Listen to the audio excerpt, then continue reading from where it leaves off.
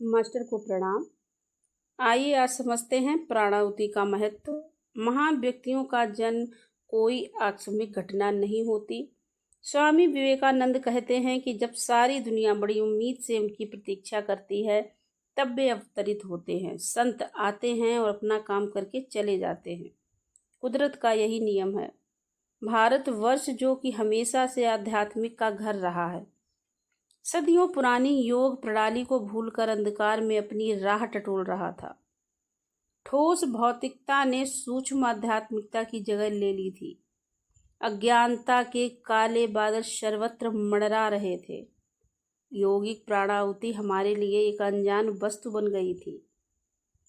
इस स्थिति में जब आध्यात्मिकता निस्सहाय होकर लड़खड़ा रही थी, समस्त मानव जाति के उत्थान के लिए, इस परिस्थिति को संभालने के लिए किसी महान विभूति की प्रबल आवश्यकता थी।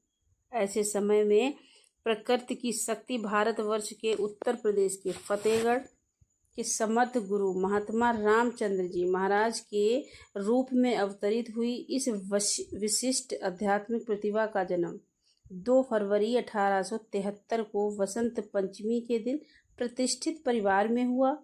उन्होंने आध्यात्मिकता के विशाल क्षेत्रों में खोज की और योग की प्राचीन प्रणाली को पुनः विकसित कर प्रस्तुत किया, जिसके फलस्वरूप आज प्रत्येक आत्मा के लिए उसको समझना सरल हो गया है और अच्छे खासे समय की बचत भी हुई है। यह दुनिया अगर इस पद्धति को हृदय की आंखों से देखे तो अचंभित हो जाएगी।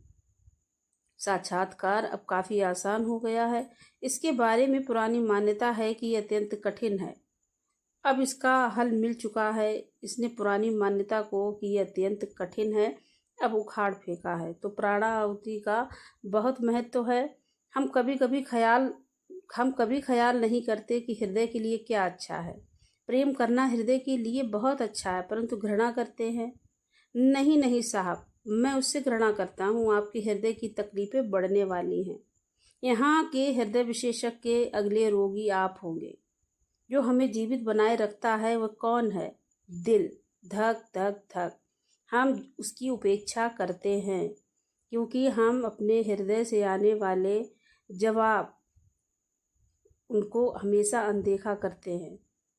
हृदय से जो आता है वो बिल्कुल सही होता है और हृदय में ही प्राणाहुति दी जाती है। तो प्राणाहुति हृदय से हृदय में दी जाती है।